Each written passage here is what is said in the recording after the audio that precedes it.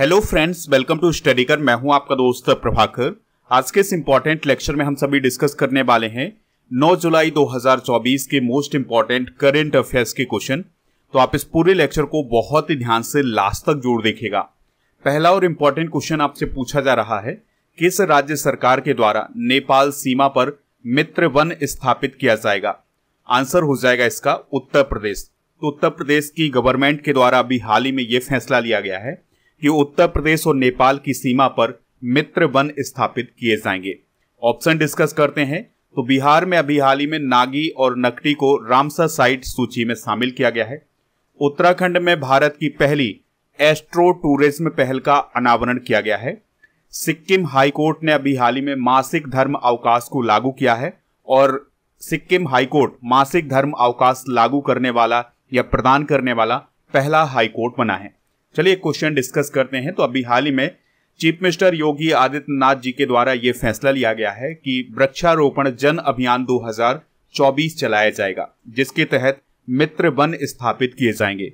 तो उत्तर प्रदेश और नेपाल की सीमा पर ग्रीन एरिया को बढ़ाया जाएगा, यानी कि यहां पर ट्री प्लांटेशन किया जाएगा, वृक्षारोपण किया जाएगा। तो दोस्तों, वन विभाग की ये योजना है। तो इस योजना के तहत नेपाल के अलावा राज्य के यानी उत्तर प्रदेश के 35 जिलों में 35 करोड़ पौधे लगाए जाएंगे। तो ये जो अभियान होगा, इस अभियान के तहत राज्य में यानी उत्तर प्रदेश में शक्ति वन, युवा वन और बाल वन जैसे अनेक वनों की स्थापना की जाएगी। उत्तर प्रदेश से रिलेटेड करंट अफेयर्स डिस्कस कर लेते हैं। तो कंप्रेस्ड बायोगैस प्रोडक्शन में उत्तर प्रदेश भारत में अग्रणी राज्य है, यानी सबसे ज्यादा कंप्रेस्ड बायोगैस का प्रोडक्शन उत्तर प्रदेश राज्य में होता है। उत्तर प्रदेश के महाराजगंज में विश्व का पहला एशियाई किंग वल्चर प्रजनन केंद्र स्थापित किया जाएगा। कैबिनेट ने अभी हाल ही में वाराणसी में जो लाल बहादुर शास्त्री इंटरनेशनल एयरपोर्ट है, उसके विस्तार के लिए 2869.65 करोड़ रुपए के प्रस्ताव को मंजूरी दी है। वाराणसी में भारत का पहला शहरी रोपवे बनाया जा रहा है। अमेठी के फुर्सतगंज रेलवे स्टेशन का नाम तपेश्वर नाथ धाम रेलवे स्टेशन कर दिया गया है। इसी प्रकार से कासिमपुर हाल्ट का नाम जायस शहर कर दिया गया है। अडानी ग्रुप के द्वारा उत्तर प्रदेश के कानपुर में देश के पहले गोला बारूद मिसाइल मैन्युफैक्चरिंग कॉम्प्लेक्स का अनावरण किया गया है। दोस्तों, उत्तर प्रदेश में जो कन्या सुमंगला योजना चलाई जाती है, उसका अनुदान बढ़ाकर 25,000 रुपए कर दिया गया है। उत्तर प्रदेश 21 हवाई अड्डों वाला पहला राज्य बना है भारत का। तो इस पॉइंट को भी आप याद रखिएगा। उत्तर प्रदेश की बेसिक जानकारी भी आपको पता होनी चाहिए। तो इसका गठन हुआ था 24 जनवरी 1950 को, इसलिए 24 जनवरी को उत्तर प्रदेश दिवस भी मनाया जाता है। कैपिटल है इसकी लखनऊ। गवर्नर हैं आनंदीबेन पटेल। चीफ मिनिस्टर हैं योगी आदित्यनाथ, जो कि बीजेपी पार्टी से रिलेटेड है। और विधान परिषद की 100 सीटें, विधानसभा की 403, राज्यसभा की 31 और लोकसभा की यहां पर 80 सीटें हैं। यहां पर आप उत्तर प्रदेश की लोकेशन देख सकते हैं इंडिया के मैप में। अब आपको पता होना चाहिए कि वह कौन कौन से उत्तर प्रदेश के जिले हैं जो नेपाल के साथ अपनी सीमा को साझा करते हैं। तो उसमें पीलीभीत, लखीमपुर, बहराइच, श्रावस्ती, बलरामपुर, सिद्धार्थनगर और महाराजगंज। तो ये वो जिले हैं जो नेपाल के साथ अपनी सीमा को साझा करते हैं। तो इन्हीं जिलों में मित्र वन स्थापित किए जाएंगे। आप इस पूरे लेक्चर को बहुत ही ध्यान से लास्ट तक देखिएगा।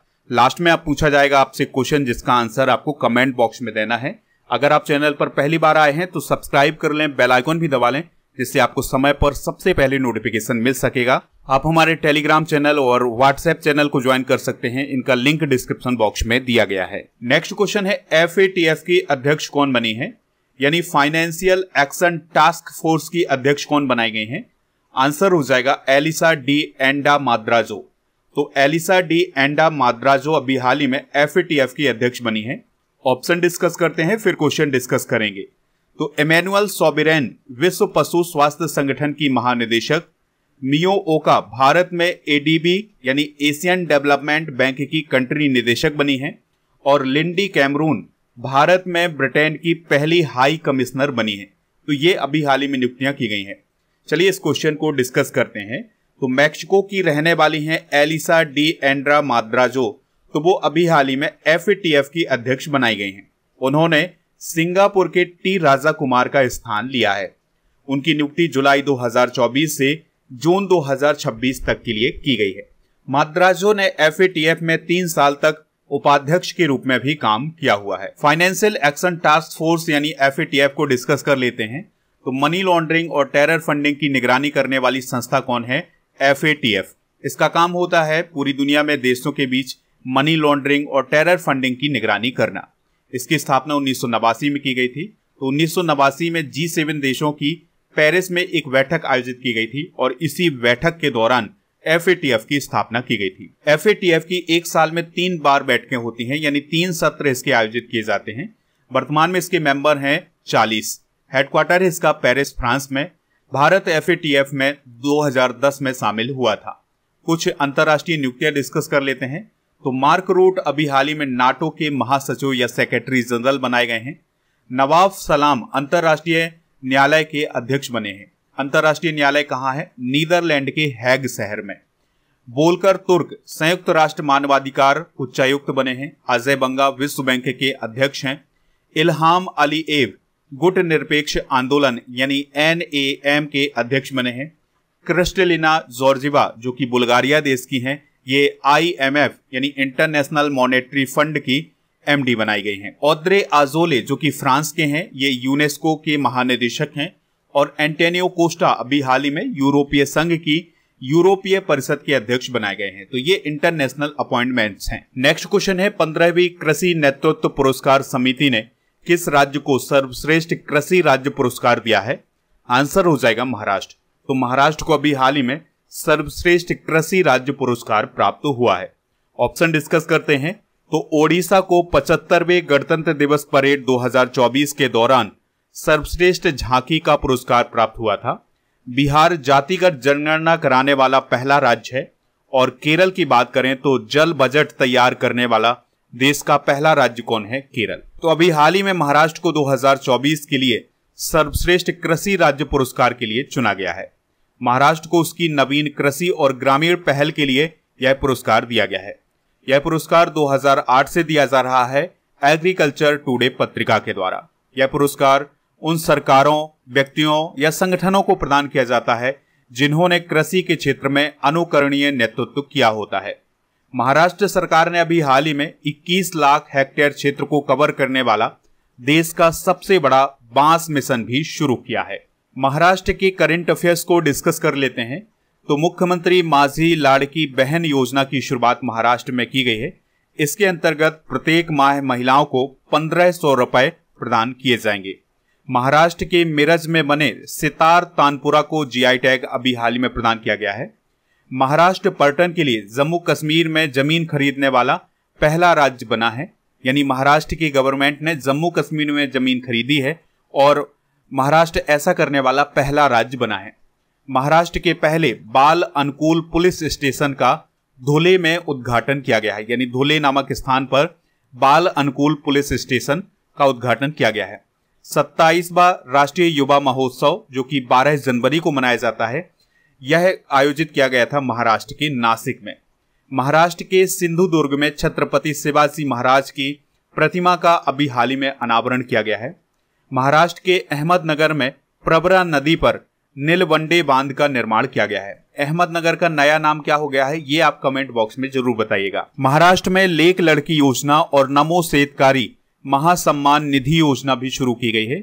इसके अलावा महाराष्ट्र में भगवान बिरसा मुंडा सड़क योजना की भी शुरुआत की गई है। महाराष्ट्र में एक नया पोर्ट बनने जा रहा है जिसका नाम है वाधवन पोर्ट। महाराष्ट्र राज्य का स्थापना दिवस कब मनाया जाता है? 1 मई को। और 1 मई को गुजरात राज्य का भी स्थापना दिवस मनाया जाता है।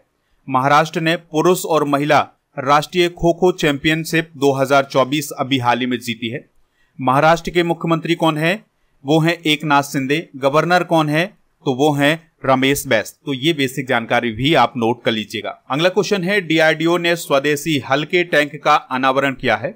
इस टैंक का नाम क्या है? तो इसका नाम है जोरावर। तो अभी हाल ही में DRDO के द्वारा भारतीय सेना के लिए एक बहुत ही लाइट टैंक बनाया गया है जिसका नाम है जोरावर। तो इसका अभी हाल ही में अनावरण किया गया है। जोरावर को DRDO और भारतीय फर्म लार्सन एंड टुब्रो के द्वारा संयुक्त रूप से डेवलप किया गया है। और ये जो जोरावर नामक टैंक होगा यह लद्दाख जैसे ऊंचाई वाले क्षेत्रों पर भी तैनात किया जा सकता है। तो ऊंचाई वाले क्षेत्रों के वातावरण में बेहतर प्रदर्शन करने के लिए जोरावर को डेवलप किया गया है।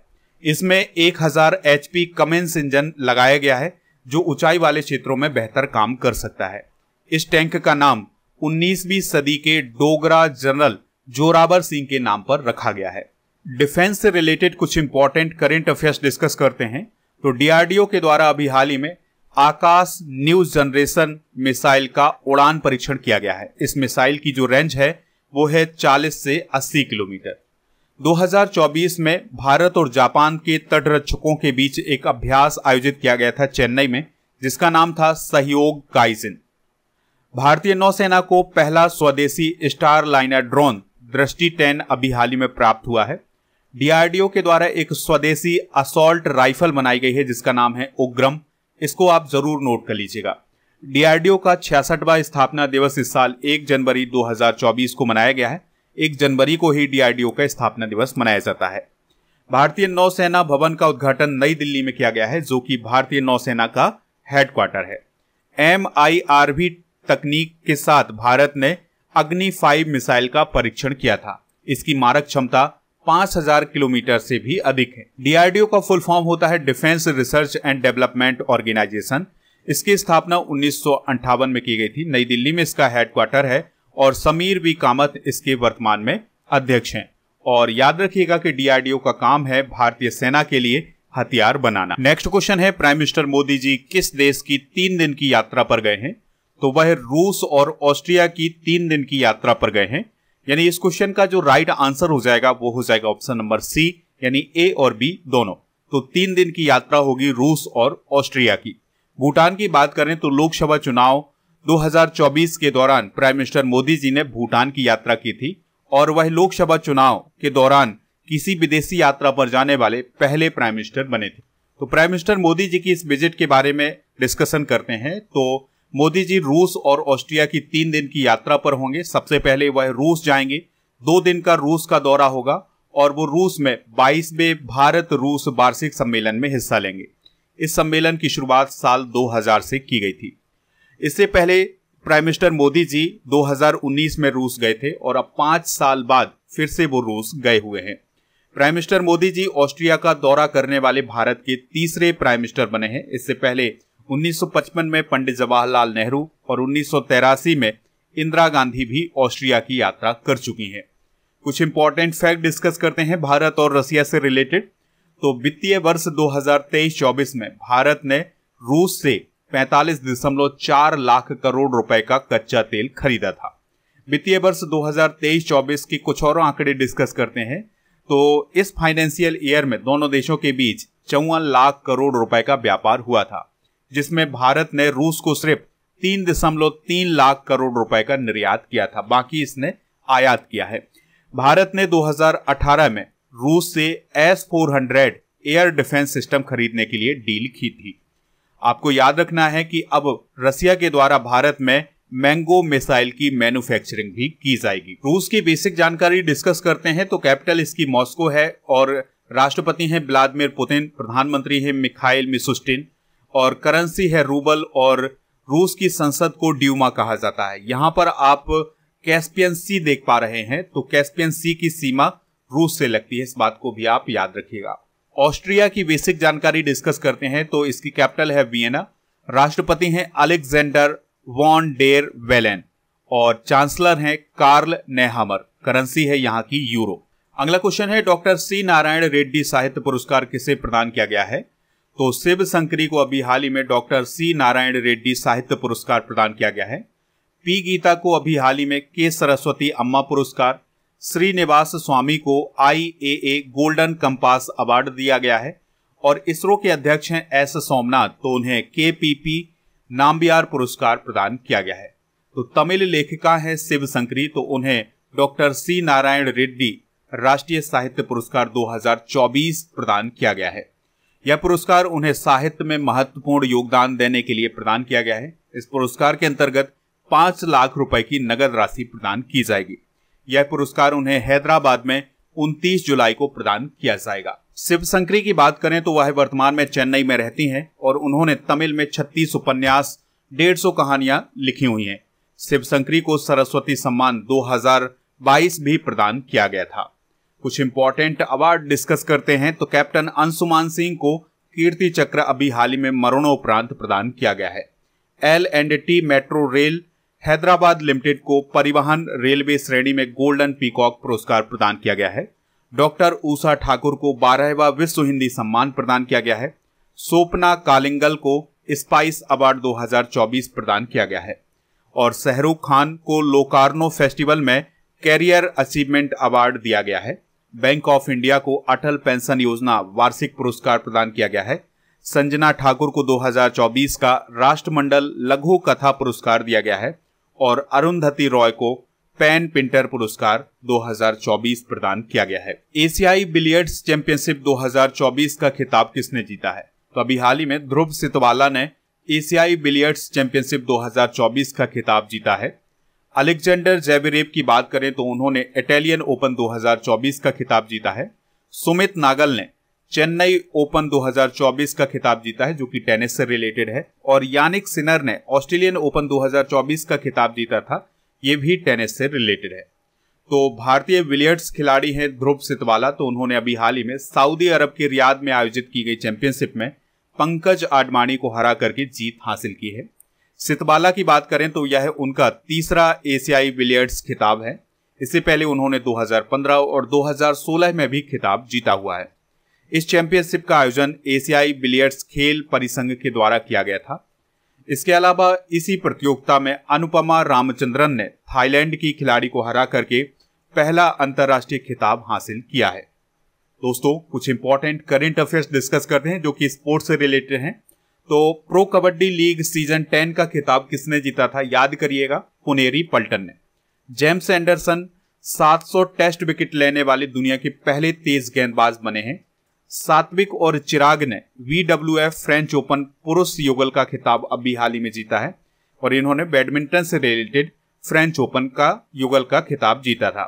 यशस्वी जायसवाल को फरवरी 2024 के लिए ICC player of the month का अवार्ड दिया गया है। 12,000 T20 रन बनाने वाले पहले भारतीय कौन है? Virat Kohli. Global startup summit 2024 का आयोजन कहां किया जाएगा? तो इसका आयोजन नई दिल्ली में किया जाएगा। बार्सिलोना की बात आई है तो 2024 महासागर दशक सम्मेलन स्पेन की बार्सिलोना में आयोजित किया गया है। अबू धाबी में 16वां विश्व भविष्य ऊर्जा शिखर सम्मेलन 2024 आयोजित किया गया है और गुवाहाटी में भारत स्ट्रीम बॉयलर एक्सपो 2024 का आयोजन किया गया है। तो ग्लोबल स्टार्टअप समिट का जो इस साल आयोजन किया जाना है, यह इसका 7वां संस्करण आयोजित किया जाएगा और इस समिट का प्रमुख उद्देश्य है भारतीय स्टार्टअप इकोसिस्टम को प्रोत्साहित करना। चलिए कुछ इंपॉर्टेंट समिट डिस्कस कर लेते हैं। तो प्रथम सेना कमांडर सम्मेलन 2024 नई दिल्ली में, परिवर्तन चिंतन सम्मेलन नई दिल्ली में, भारत टेक्स 2024 नई दिल्ली में, नौवा रायसीना डायलॉग ये भी नई दिल्ली में, जलवायु शिखर सम्मेलन मुंबई महाराष्ट्र में हुआ था, वाइब्रेंट गुजरात समिट गांधीनगर गुजरात में, wings India expo 2024 air show का आयोजन हैदराबाद में, विश्व पुस्तक मेले 2024 का आयोजन नई दिल्ली में और अखिल भारतीय अनुसंधान विद्वान शिखर सम्मेलन 2024 IIT मद्रास में आयोजित किया गया है। नीम शिखर सम्मेलन और वैश्विक नीम व्यापार मेला 2024 नई दिल्ली में, उत्तर पूर्व सम्मेलन नई दिल्ली में और भारत ऊर्जा सप्ताह 2024 गोवा में आयोजित किया गया है।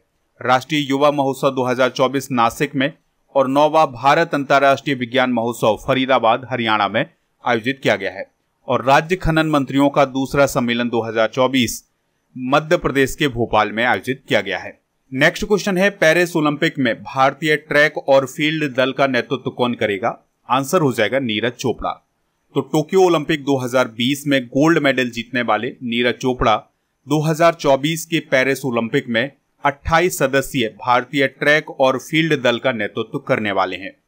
दोस्तों, ये जो ट्रैक और फील्ड गेम्स होते हैं इनमें कौन शामिल होते हैं? तो जिसमें दौड़ होती है, भाला फेंक होता है और लंबी कूद और हाई जंप, ये सभी शामिल होते हैं। तो ये जो खेल होते हैं ये ट्रैक और फील्ड खेल कहलाते हैं। तो इसी दल का नेतृत्व कौन करेंगे? नीरज चोपड़ा करेंगे।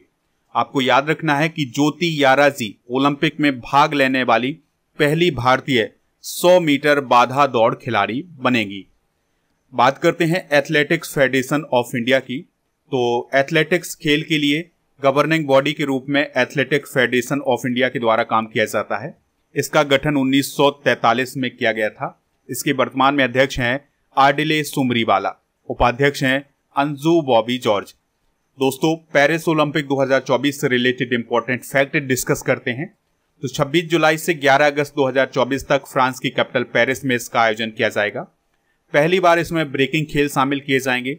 अचंता शरद कमल पेरिस ओलंपिक 2024 में भारत के ध्वज वाहक होंगे। निशानेबाज अभिनव बिंद्रा को पेरिस ओलंपिक 2024 में ओलंपिक के लिए मसाल वाहक के रूप में चुना गया है। अगला क्वेश्चन है, पैकेज्ड खाद्य पदार्थों के लेबल पर पोषण संबंधी जानकारी प्रदर्शित करना किसने अनिवार्य किया है? आंसर हो जाएगा FSSAI ने। तो अभी हाल ही में भारतीय खाद्य सुरक्षा एवं मानक प्राधिकरण यानी FSSAI ने ये कहा है कि जो पैकेज्ड खाद्य पदार्थ हैं उन पर शुगर की मात्रा, नमक की मात्रा, फैट की मात्रा, ये सभी जानकारी उसमें होनी चाहिए और मोटे अक्षरों में ये जानकारी होनी चाहिए। तो ये किसने कहा है? FSSAI ने। दोस्तों, FSSAI का मतलब होता है food safety and standard authority of India. इसकी स्थापना 5 सितंबर 2008 को की गई थी। मुख्यालय इसका नई दिल्ली में है। अध्यक्ष हैं अपूर्व चंद्रा, CEO हैं गंजी कमला वीराव। FSSAI की स्थापना खाद्य सुरक्षा और मानक अधिनियम 2006 के द्वारा की गई थी, अभी हाल ही में। तो दोस्तों, ये थे आज के करंट अफेयर्स के क्वेश्चन। चलिए अब हम कल के करंट अफेयर्स के क्वेश्चन एक बार रिवाइज करते हैं, फिर जनरल नॉलेज के पिटारे को डिस्कस करेंगे। लास्ट में पूछेंगे आपसे क्वेश्चन जिसका आंसर कमेंट बॉक्स में बताना है। तो कल का पहला क्वेश्चन था, मसूद पजकियान किस देश के राष्ट्रपति बने हैं? तो ये ईरान के राष्ट्रपति बने हैं। मर्सर की cost of living city ranking 2024 report के अनुसार दुनिया का सबसे महंगा शहर कौन बना है? हांगकांग। कोलकाता और कोकराझार के अलावा 33वें डूरंड कप का आयोजन किस शहर में किया जाएगा? जमशेदपुर शिलोंग में।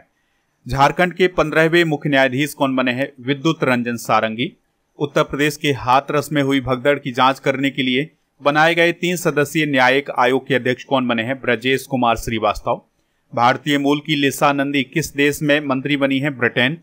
अभय सिंह ने एशियाई डबल्स स्क्वाश चैंपियनशिप में कितने गोल्ड मेडल हासिल किए हैं? 2। NCPCR ने किस राज्य में अभ्रक खदानों को बाल श्रम मुक्त घोषित किया है? झारखंड। राष्ट्रपति द्रौपदी मुर्मू ने रक्षा अलंकरण समारोह में कितने कीर्ति चक्र प्रदान किए हैं? 10 कीर्ति चक्र। आज के जनरल नॉलेज के पिटारे में हम भारत के प्रमुख राष्ट्रीय उद्यान डिस्कस करने वाले हैं। तो केवलादेव राष्ट्रीय उद्यान राजस्थान में, बांधवगढ़ मध्य प्रदेश में, नामदफा अरुणाचल प्रदेश में, दुधवा उत्तर प्रदेश में, कंचनजंगा सिक्किम में, clouded leopard national park Tripura में, काजीरंगा असम में, वाल्मीकि नेशनल पार्क बिहार में, इंद्रावती छत्तीसगढ़ में। इसके अलावा गिर फॉरेस्ट पार्क गुजरात में, कलेसर नेशनल पार्क हरियाणा में, great Himalayan national park Himachal Pradesh में, दचिगम नेशनल पार्क जम्मू कश्मीर में, बंदीपुर नेशनल पार्क कर्नाटका में और सिंगलीला नेशनल पार्क पश्चिम बंगाल में और Mount Harriet national park Andaman Nicobar द्वीप समूह में है। कल के करंट अफेयर्स में पूछा गया था कि डूरंड कप का संबंध किस खेल से है? तो इसका आंसर हो जाएगा फुटबॉल। तो लगभग सभी लोगों ने इसका आंसर फुटबॉल बताया हुआ है। आज का क्वेश्चन है, नाटो के महासचिव कौन बने हैं? जो भी इसका राइट आंसर हो कमेंट बॉक्स में जरूर बताएं, हमें इंतजार रहेगा आपके आंसर का। आप हमारे टेलीग्राम चैनल को ज्वाइन कर लीजिएगा, इसका लिंक डिस्क्रिप्शन बॉक्स में दिया गया है, यहाँ पर आपको PDF मिल जाएगा। इसके अलावा स्टडी करके ऐप को भी डाउनलोड कर लीजिएगा, इसका भी लिंक आपको डिस्क्रिप्शन में मिल जाएगा। तो ऐप पर आपको paid course, ebook, test series, PDF, daily quiz ये सभी मिल जाएगा। जून 2024 की मंथली करंट अफेयर्स की ई-बुक मिल जाएगी। इसके अलावा 6 मंथ की करंट अफेयर्स की ई-बुक भी यहाँ पर मिल जाएगी और ईयरली करंट अफेयर्स की ई-बुक भी आपको यहाँ पर मिल जाएगी। तो इन सभी को प्राप्त करने के लिए ऐप को जरूर डाउनलोड करें।